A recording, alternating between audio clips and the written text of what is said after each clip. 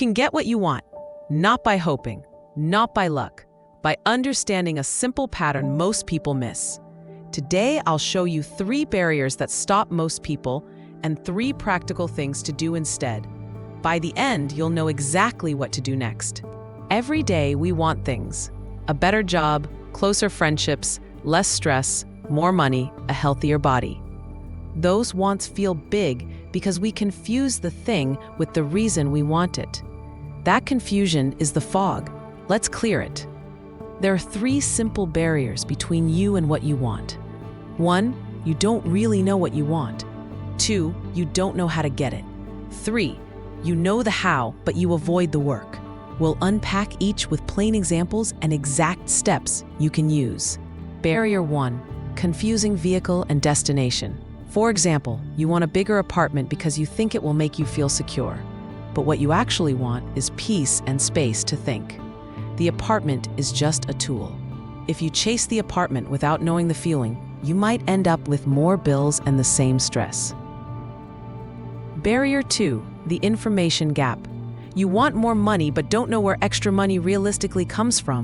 That is, raises, freelance work, budgets, or cutting tiny recurring costs. Want to be healthier? You might not know which workouts actually move the needle for your body. Barrier 3, the action gap. You know what to do in theory. You start saving, apply for jobs, go to the gym, but you don't take simple, repeatable steps. You collect tips instead of doing experiments. That's why clarity and tiny action matter more than motivation. What is the cure? Clarify the feeling. Find the feeling behind your want. If you want a promotion, don't say, "I want the title." Ask, what will that title give me? Maybe it's respect, steady income, or fewer calls at midnight. Write that down. I want to feel respected. Once you name the feeling, options appear. You can chase many paths to that feeling. You stop betting everything on one object and start experimenting. Close the information gap. Pick one small skill or fact that actually helps. Be specific. Information is the bridge. Pick one concrete, practical thing you need to learn that will move you forward. Budgeting basics, how to pitch clients, progressive overload for strength, or how to ask for a raise. Then commit to a small learning plan. 1 chapter, 1 article, or 1 20-minute tutorial per day.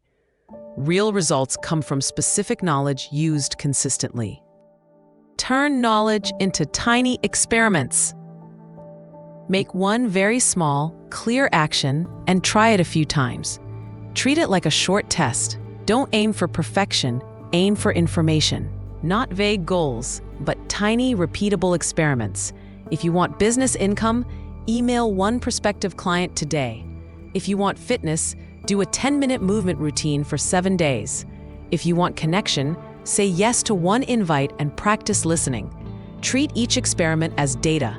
If it works, scale. If it fails, learn and adjust.